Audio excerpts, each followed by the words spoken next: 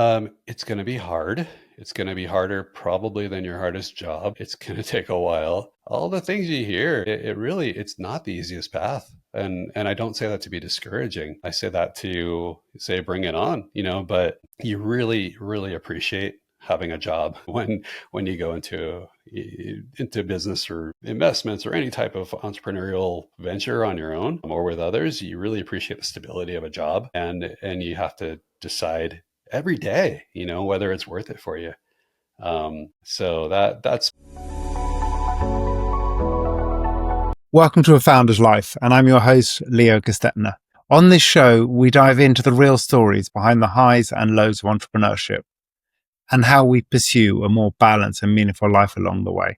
This podcast is sponsored by Thankz, helping founders like us scale with reliable remote talent. Email founders@thankz.com, that's THANKZ.com, with subject line A Founder's Life, and you'll get $1,000 off your first month. Now, I'm excited today to be joined by Aaron Wolpoff. Aaron, thanks for joining. Would you like to introduce yourself? Hey, Leo, thanks for having me here. Yeah, of course. So my name is Aaron Wolpoff. I have an entrepreneurial and marketing background. I've been an entrepreneur many times over for other people and helped grow their companies, and eventually said, what about me? So that's what I've been focused on lately. And I am also the creator and host of a podcast called We Fixed It, You're Welcome, that solves business challenges and problems in real time. And we can talk about that a little bit. And thanks for having me on. Great to be here. Well, thank you. So why don't you share your journey that got you to where you are today, and then also a little bit about the day job, about your main business, about how you're helping your customers and what you're doing with them. Sure. So I'm a marketer through and through. If you cut me, I bleed marketing, I guess. And I really mean that seriously. Like, I'm not knocking anybody that does something marketing adjacent and says, I'm in marketing. It's such a huge discipline. But, if you commit your life and your career to it, you hit a different stride. And so I did that because it is kind of a catch-all industry and profession. And I just was a curious person, right? And I wanted to learn more. And then I wanted to learn, well, what happens behind that? And what's psychology adjacent, and all those things. I got started in a very traditional career path. I worked for the headquarters of a financial institution on the marketing side. I wore a suit and tie to work every day, which I don't think anyone does anymore, unless maybe you're a politician. But even then, and I just kept my head down, did good work. Departments would disappear around me, and I'd still be there. And I thought, okay, this is what you do. You stay on a track. You impress your superiors, and you get a little promotion here and there. And I again did that enough times. Got did the business. I'll still say like traditional roles, but less traditional companies. And then at some point, I've had that entrepreneurial urge to say along the way, that little voice says, "Good, but do this for yourself. At least try to live and die by your own wits." So about 6 years ago, that became my primary focus. And that's with your firm, Double Zebra? Yeah, Double Zebra. And tell us a little more about what Double Zebra is actually doing for your clients. So it's anywhere from a consultancy of one at the base model. So high level overviews, and I don't like to be the person that just kind of waves a hand around and says change stuff and leaves. So I like to get involved and actually be part of the actionable part of the change and the success story. And it can, it's market dependent. So it depends on what companies are at, what kind of decisions they're making, but it can grow up to a full scale agency. And I've had, very senior, high level, impressive, I'll say ex-agency folk that can join in at any point and lend their key specializations. So it's as small as me and a support staff, and as big as any agency out there, really. I know so many good people that are so excellent at what they do. It's all situational dependent. Excellent. And what does family mean to you?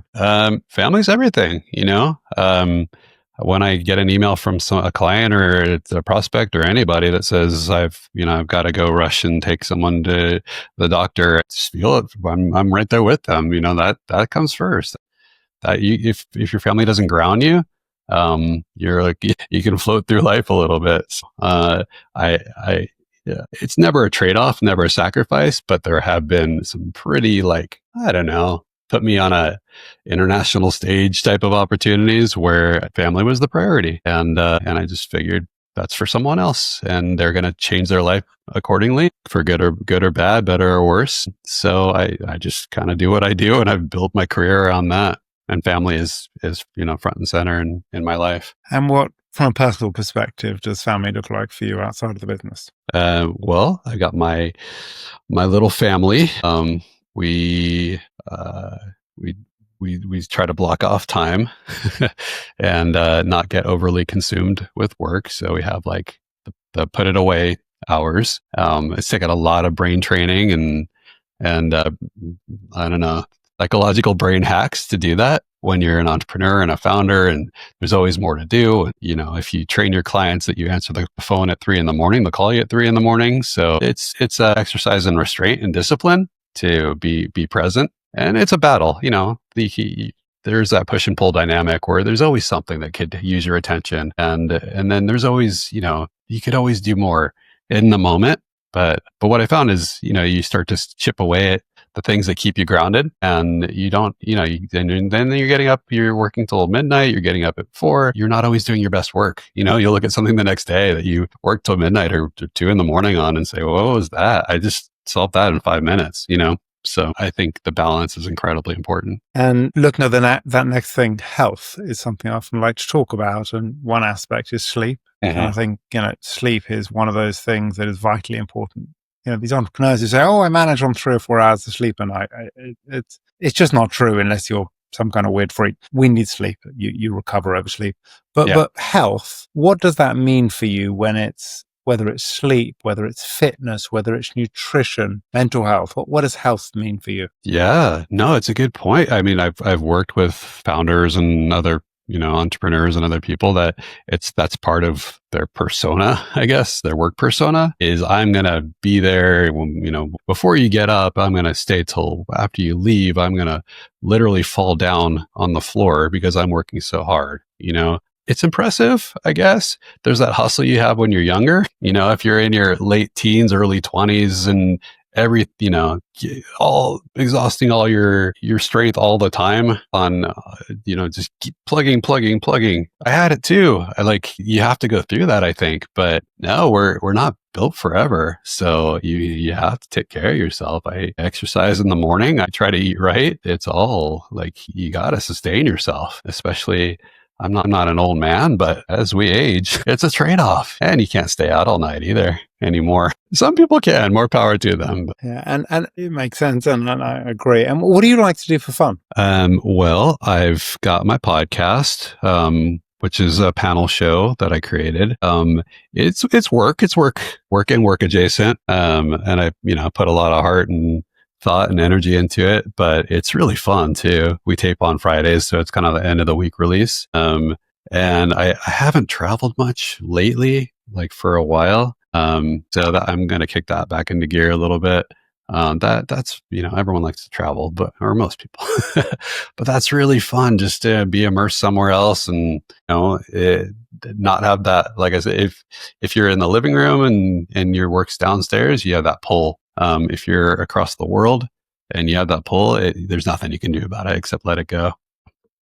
I want to see more of the world. Certainly my plan. And how does a balanced life look for you? So that overall balance, not perfectly in balance, but how does that overall balanced life look for you? It's making time for the things that you want to, and not just putting it away and not just saying someday and not just saying, you know, in a few weeks. You get to a point, I get on these things and I seem like I'm so old. I'm really not like ancient, but you do get to a point where there's no more someday, right? What is someday? What is somedays when we're 80? No, somedays now, right? So anything that comes up, I have this principle. I say there's no such thing as should, right? Oh, I should travel more. I should work on the weekend. You know, whenever I've trained myself out of this, if I say the word should, it means one of two things. It means either I'm going to, when something's been stopping me from doing it, but it's something I need to do, I'm going to put it on the calendar and make sure I do it. Or I don't need to do it, and I'm going to relieve myself of that burden. Should is like a weight that we carry around, right? Oh, I should learn French. I've been meaning to. Well, do I want to? If I do, it's important to me. I'm going to figure out, you know, 2 weeks from now, French lesson. If I don't, maybe I don't need to know French right now for my career, for my, you know, my life goals. just something, it was a passing fancy. I'm going to remove that weight from myself and not carry it around anymore. And you start to, these little things, taking one word out of the vocabulary, that's been transformative. And that's what I mean about these brain hacks and things that just help you be a better, free up your brain for work, for family life, for it just, helps your mindset. So that probably leads quite well into my next question, which is, what has been a pivotal moment in your life? That's one of them. As an entrepreneur, I had another brain hack. I'm just sharing them all, where, when you have a job, all right, you show up to work, at the end of the day, 5:01, your boss comes around, says, "Great job. You're our best employee. You worked really hard today. Congratulations. We need more people like you." In a best case scenario, if you're an entrepreneur, no one does that for you. No one will come back and no one will say, like, keep doing what you're doing. You're the best person we have here. You're so well suited. You don't get that validation. So what I learned to do is create a delineation between the boss self, because as an entrepreneur, you can be really hard on yourself as a boss, right? Like, keep going, not good enough. Look what you did there. And as an employee, so I created a delineation. Am I a boss right now, or am I an employee right now? And the times where I needed that validation. You're doing great. It's a tough day, but keep going. I kind of figured out how to switch those voices around, I guess, and give myself the validation that a boss would to an employee. And that helped, especially like I was saying, you carry the work around and the mentality, and I should be working right now. What if it's a Sunday morning and you want to have a Sunday morning? You get your boss self to tell you, look, it's the weekend. What are you doing? Why are you thinking about work? We've got this covered. Come show up Monday. Do a great job Monday, but go have a Sunday morning. That's probably what a good, responsible boss would tell you. So why can't you tell that to yourself? That, again, formative. Little things. Again, leads quite well into my next question for you, which is, what's one piece of advice you would give to an aspiring entrepreneur? It's going to be hard. It's going to be harder probably than your hardest job. It's going to take a while. All the things you hear, it's not the easiest path. And I don't say that to be discouraging. I say that to say, bring it on, but you really, really appreciate having a job when you go into business or investments or any type of entrepreneurial venture on your own or with others. You really appreciate the stability of a job, and you have to decide every day, whether it's worth it for you. So that's what I tell people is, you're purposely choosing the harder path. Do you want that? And people appreciate that. They come back after a few months or a couple of years and say, yeah, I'm glad you told me that. You prepared me well, because you have to learn that. You know what I mean? Like, you don't go into it. A lot of people go into it thinking it's a day at the beach here and things like that. And if you can do that in the first few months, great, but for the majority of people I know, wildly successful people, they're not letting off the pedal. They're still going. So yeah, that's what I say is you're purposely making your life harder. Do you want to do that? Well, thank you for sharing your story and your pearls of wisdom. And how can people find you? Yeah, I hope I was helpful, Leo. Well, like you said, zebra.com. That's my marketing company. And the podcast is called We Fixed It, You're Welcome. So you can find that at wefixeditpod.com. And again, a little shout out for that. So it's a panel show.